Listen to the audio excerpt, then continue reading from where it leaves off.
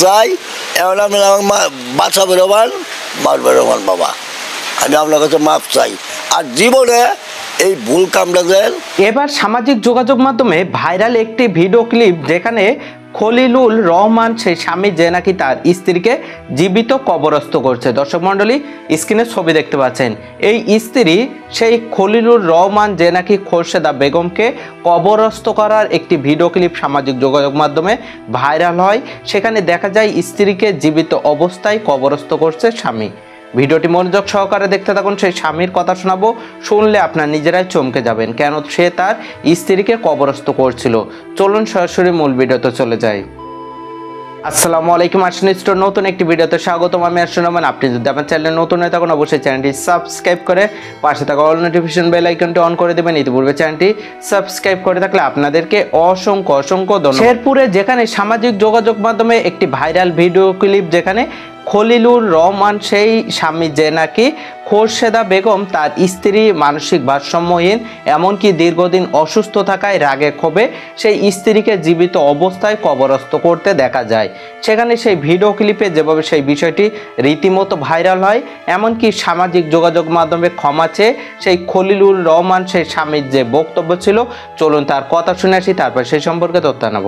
চাই এখন আপনি বাচ্চা বেরোবান মার বেরোবান বাবা, আমি আপনার কাছে মাপ চাই। আর জীবনে এই ভুল কামটা দেন কোনো শয়তান মানে আমাকে ভর করে না। আমি বলে মানুষের কাছে চায় খাই, জানেন চায় খান। আচ্ছা এক মিনিট, আপনার তো একটা ছেলে মেয়ে আপনার দেশের বাইরে থাকে, তারা কি সহযোগিতা করে না? ওই যে যখন কাবু হয়ে যাইগা উনার টাইম নে হাসরে আপনি বাইরে বাই করতেছেন। আমার মানে কি হয়েছে, কাপড় মানে প্রসাবের কাপড়গুলো ধুয়ে আইছি, আয়ে উনি ভাতের রান্না কান দিতে আছে।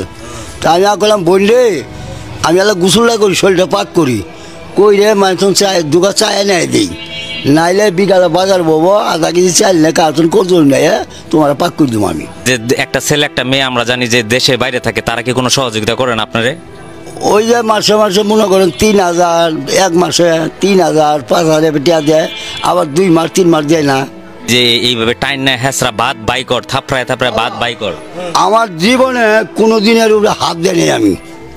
আপনি যত সারা জীবন ভালো করেন, কিন্তু কালকে যে দৃশ্যটা দেখছে, হ্যাঁ এটা আপনার কাছে আমি ঠকছি। আর জীবনে এই কাম হবে না বাবা, আর কোনোদিন আপনারা শুনবেন না। ওই যুগ কি আছে যে এখনো মনে করেন যে স্ত্রীকে নিজে স্ত্রীকে আপনি রান্না বান্না করে সেবা যত্ন আপনি খাওয়া দাওয়া করায় না যখন ভালো ছিল আপনার?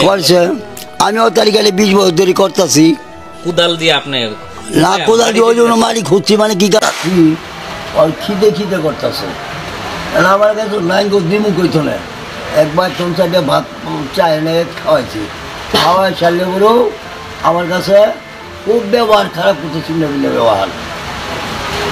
ওই তোর মনে হয় দুধের পছন্দ ভ্যান তেল গেলে বলে করতেছে, করার করতে ঠ্যাং দিয়ে টান মারছি, বলে যে গাছ খুঁজছি যায় গাছ দিকে দেন।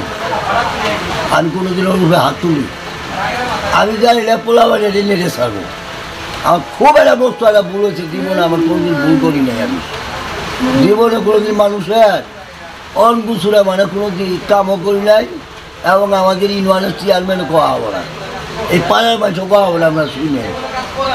আমি দগড়া করে মানুষের পাল করি খাই বাবা, দৌড় ঘরে খাই চায় তাও আমি আর দুঃখ দিই না। এই যে কিলোমিটার দুর্গন্ধ বাড়াইছে তা বুগলো দিয়ে খাই, খেলায়ও দিয়ে পাই না, ও খেয়ে জন্য খারাপ আবারও দামু পড়ি যায় ফাঁড়ি যায়। এমন একটা কষ্ট হয়েছে বাবা আমার শয়তানও ধরছে, আপনার কাছে মাপ চাই আমি। আর মহিলা দুজন একসাথেই মরমু, তুমি চিল্লি করো না, তোমার থেকে আমি কোনো দিন যাব না। এই তোমার পোলা গেছে গা, তোমার পুতের বয়ে গেছে গা, তোমার মায়ের ফেলাই চুয়ে গেছে, আমি তো বইটাই পায়খানা করাই।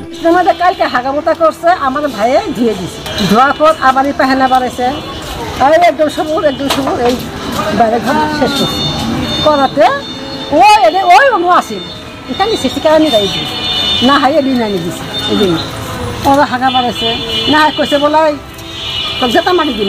মানসিক সমস্যা হতেই পারে, হয়তো বাইরে মাইরেও ফেলতে পারতো রাগের মাথায়।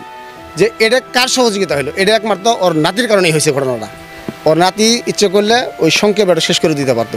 এটা বড় করার জন্য একমাত্র দায়ী মনে করি আমি ওই ওর নাতি। তো বা উনি ভুলবশতই করে ফেলছে বা তার মানসিক অবস্থা ভালো ছিল না। তো সমাজত্ব করতে করতে অতৃপ্তি হয়ে গেছে, তার কারণে মনে হয় এই ঘটনাটা ঘটছে, কিন্তু গর্ত দেয় নাই। মুতাতে না তুমি ধুয়ে আইন দিবে খিলে দিলে থুয়ে তো তোমার গেছে কা আবার আইসি আবার আইতো আবার ঘুমাই ধুছে। সেবা যত্ন যা করার এই বুড়েই করে। আরও যে লোকজন আছে এরা ওইরকম ধরনের বুড়ো কাজে চাপে না, কিন্তু এই ঘটনার যে ঘটছে এটা রাগের উপরে নির্ভর করেই ঘটছে। ভাইরাল হয়েছে প্রথমত ওর নির্যাতনের যে বিষয়টা উঠে আসছে সোশ্যাল মিডিয়ায়, যে ওনাকে অনেক নির্যাতন করছে, অনেক দিন থেকে নির্যাতন, বিষয়টা ওরকম না।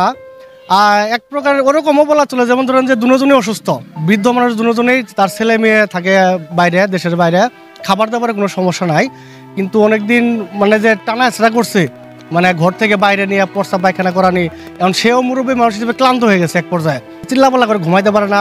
তো এগুলো মাথায় রেখে ওই লোক ভাবছে যে ওরা একটু ভয় দেখায়, এজন্য অল্প একটু মাটি খুঁড়ে ওইখানে কবর দেওয়ার মতো একটা পরিস্থিতি তৈরি করছে আর কি, যেটা আসলে কবর না। 7 বছর ধরে মনে করেন বিছনায় পড়ে আছে, একবারে চলতে পারে না, নড়তে পারে না।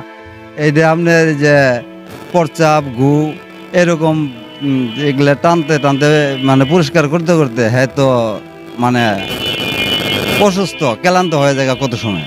খাওয়া দাওয়া এই দিক দিয়ে মনে অশান্তি নেই ওনার।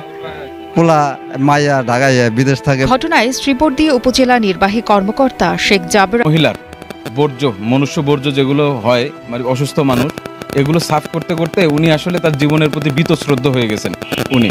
আমি ওনার ঘরের ভিতরেও মানে গিয়েছিলাম, ঘরের ভিতরে যে দেখলাম যে যা মানে গৃহস্থালীর যে ব্যবহার্য কাপড় চোপড় সবই নোংরা, মানে একেবারে উনি দেখালো যে স্যার এই যে এইভাবে চলতেছি, আমার এই যে বিছনার মধ্যে পায়খানা, গন্ধে থাকতে পারি না, আমার এই যে এখানে আমি রান্না করি এই খাই, হ্যাঁ তার ছোট একটা দোকানও দেখাইলো যে এইভাবে আমি দোকানেও মনোযোগ দিতে পারি না, সেবা করতে করতে এরকম যে তার শরীরে আগে স্বাস্থ্য ছিল, মানে সেবা করতে করতে সে নিজেই আসলে তার শারীরিকভাবেও অসুস্থ হয়ে গেছে আর মানসিকভাবেও তার একটা মানসিক বৈকল্য চলে আসছে। আর গতকালকের যে ঘটনা, এটা হচ্ছে সামগ্রিক অসুস্থতার একটা বহিঃপ্রকাশ। সেটা হচ্ছে এক হচ্ছে আমি বলবো ডিজিটাল অসুস্থতা।